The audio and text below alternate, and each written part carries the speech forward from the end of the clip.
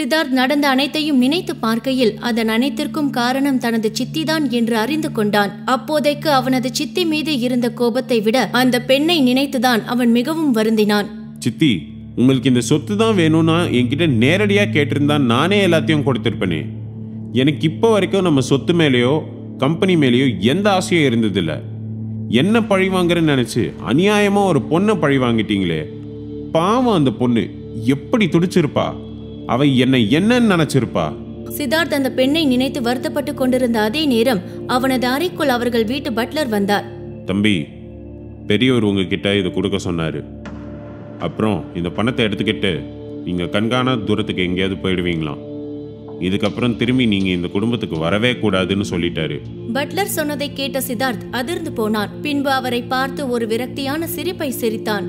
Uncle, இந்த check என்னோட தாத்தா கிட்டே கொடுத்துருங்க. என் மேல நம்பிக்கை இல்லாத அவரோட பணம் எனக்கு அவசியம் இல்லை. அந்த குடும்பம் என்ன வேணான்னு சொல்றது? இப்போ சொல்றேன், நல்லா கேட்டுக்கோங்க.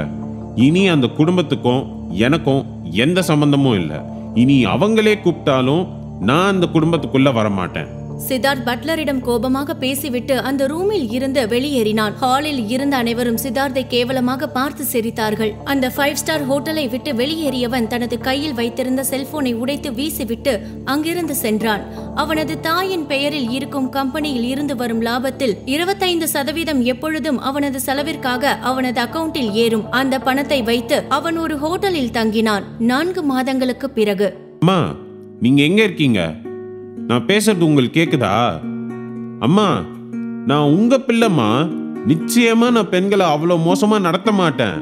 அது என்னைய மீறி நடந்த செயல். நான் அந்த பொண்ணுகிட்ட மன்னிப்பு கேட்டு அந்த பொண்ணையே கல்யாணம் பண்ணிக்கணும்னு தான் அவளை 4 மாசமா தேடிக்கிட்டு இருக்கேன். ஆனா அவ எங்க இருக்கானே எனக்கு எதுவுமே தெரியலம்மா. ப்ளீஸ் எனக்கு ஹெல்ப் பண்ணுங்க. என்னால இந்த குற்ற உணர்வுல இருந்து வெளியே வர முடியல. சித்தார்த் தான் தங்கி இருந்த அறையில் இருந்து அன்று நடந்த நிகழ்வை நினைத்து அழுது கொண்டிருந்தான். அப்பொழுது அவனது செல்போன் சினுங்கியது. ஹலோ மிஸ்டர் சித்தார்த், நான் டிடெக்டிவ் ஏஜென்ட் ஜெய் பேசுறேன். நீங்க சொன்ன அடையாளத்தை வச்சு நாங்க ஒரு பொண்ணை கண்டுபிடிச்சிருக்கோம். அந்த பொண்ணோட டீட்டெயில்ஸ் எல்லாம் உங்க நம்பருக்கு வாட்ஸ்அப்ல அனுப்பி வச்சிருக்கோம், பார்த்துக்கோங்க. சார், நிஜமாவா சொல்றீங்க? நிஜமாவே அந்த பொண்ணை நீங்க கண்டுபிடிச்சிட்டீங்களா? ஆமா சார், கண்டுபிடிச்சிட்டோம். அந்த பொண்ணு திருச்சியில் ஒரு நடுத்தர குடும்பத்தை சேர்ந்த பொண்ணு. இப்போதான் காலேஜ் ஃபைனல் இயர் பண்ணிக்கிட்டு இருக்கா. நீங்கள் சொன்ன அந்த முத்துமாலையை வச்சு தான் நாங்கள் அந்த பொண்ணை கண்டுபிடிச்சிருக்கோம் சார். நிஜமாவே அது அந்த பொண்ணு தானா? நீங்கள் கன்ஃபார்ம் பண்ணிட்டீங்களா? நீங்கள் டிராயிங் பண்ணி கொடுத்த அந்த முத்துமாலை பேட்டர்னில் வேற எங்கேயும் இந்த மாதிரி முத்துமாலை இருந்ததில்லை. அது அவங்க குடும்பத்தோட பரம்பரை நகைன்றதை நாங்கள் கேள்விப்பட்டோம். அதனால தான் கன்ஃபார்மாக சொல்கிறோம், அது அந்த பொண்ணு தான். ஓ மை காட், நிஜமாவா? இதை என்னால் நம்பவே முடியல. நான் இப்பவே அந்த பொண்ணை பார்க்க போறேன். Thank you so much sir. You welcome sir. நிஜமாவே அந்த பொண்ணு கிடைச்சதுல நானும் ரொம்ப சந்தோஷப்படுறேன். ஏன்னா இந்த காலத்துல தெரிஞ்சே எத்தனையோ பொண்ணுங்களை ஏமாத்துறாங்க. நீங்க தெரியாம பண்ண ஒரு தப்புக்காக அந்த பொண்ணை தேடுறீங்க, பாத்தீங்களா? Hats off to you sir. Thank you sir. நான் இப்போ ஃபோனை வைக்கிறேன். நான் உடனே திருச்சி கிளம்பணும். Okay sir. மணி 4:30 இந்நேரம் காலேஜ் ஓவராகி இருக்கணுமே. ஏன் இன்னும் யாருமே வெளியில வர காணோம்? சித்தார்த் மிகவும் பரபரப்பாக அந்த பெண்ணிற்காக காத்து கொண்டிருந்தான்.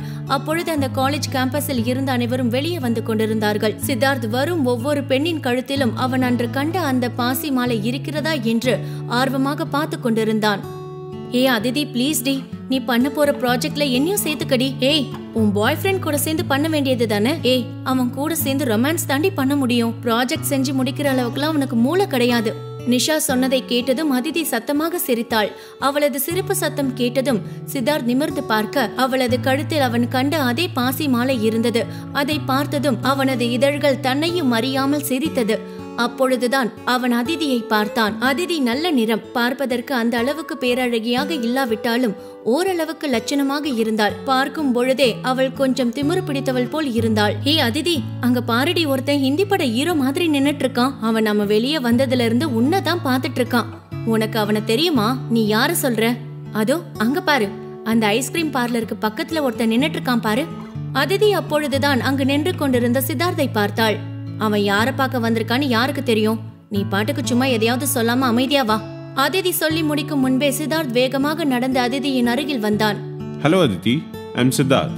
சித்தார்த் அவள் முன்பு தனது கையை நீட்டி தன்னை அறிமுகப்படுத்தி கொண்டதும் அதிதி அவனை ஒரு மார்க்கமாக பார்த்தாள். சாரி அதிதி, என்ன உங்களுக்கு ஞாபகம் இருக்க வாய்ப்பில்லை. ஏன்னா நம்ம 2 பேரும் சந்திச்சுக்கிட்ட சூழ்நிலை அப்படி. நான் உங்ககிட்ட மன்னிப்பு கேட்க தான் வந்தேன். ஹலோ, யாரு நீங்க? நாம 2 பேரும் எப்ப சந்திச்சுக்கிட்டோம்? நீங்க எதுக்கு என்கிட்ட மன்னிப்பு கேட்கணும்? அதிதி, கோவப்படாதீங்க. கொஞ்சம் நான் சொல்றது பொறுமையா கேளுங்க. அன்னைக்கு ஹோட்டல்ல நம்ம 2 பேரும்... சித்தார்த் சொல்லி முடிக்கும் முன்பே அதிதி அவனை பார்த்து கோபமாக முறைத்தாள். Stop it! என்ன ஹோட்டல்? நான் எந்த ஹோட்டலுக்கும் போகல. நான் யாரையும் மீட் பண்ணல. பைத்திய மாதிரி உளறிட்டு இருக்காம வழிய விடுங்க. ஹே நிஷா, வாடி போலாம். அதிதி சித்தார்த்தை நிமிர்ந்து பார்க்காமல் நிஷாவை கூட்டிக் கொண்டு அங்கிருந்து சென்றாள். சித்தார்த் அதிதிக்கு எப்படி அதை புரிய வைப்பது என்று எதுவும் புரியாமல் விழித்துக் கொண்டு அங்கேயே நின்றான். சித்தார்த் அதிதிக்கு தான் யார் என்று புரிய வைப்பானா? அதிதி என்ன முடிவெடுப்பாள்? கேளுங்க ஹிடன் CEO ஆடியோ சீரீஸ் உங்க குக்கு FM ஆப்ல. டவுன்லோட் தி ஆப் நவ.